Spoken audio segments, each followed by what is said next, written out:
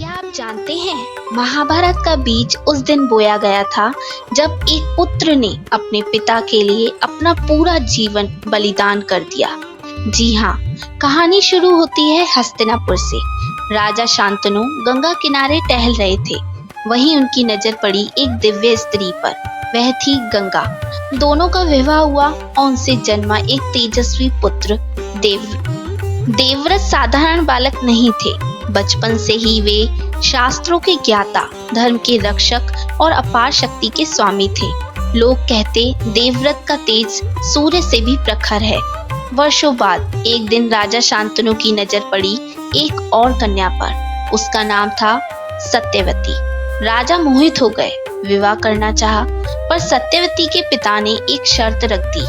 राजा, मेरी पुत्री से जन्मे बच्चे ही हस्तिनापुर के उत्तराधिकारी हों। अब सोचिए, राजा के सामने कैसी कठिनाई थी। उनके पास पहले से ही देवव्रत जैसा उत्तराधिकारी था। राजा मौन हो गए और उनका हृदय टूट गया। देवव्रत ने अपने पिता का यह दुख देखा और तब हुआ इतिहास का सबसे बड़ा त्याग। देवव्रत ने खड़े होकर घोषणा की, मैं आजीवन अविवाहित रहूंगा, ब्रह्मचर्य का पालन करूंगा। हस्तिनापुर की गद्दी पर केवल सत्यवती के पुत्र ही बैठेंगे।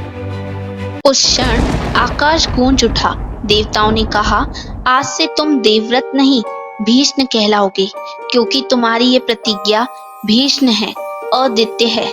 दोस्तों, यह प्रतिज्ञा थी प्रेम की, त्याग की और समर्पण की।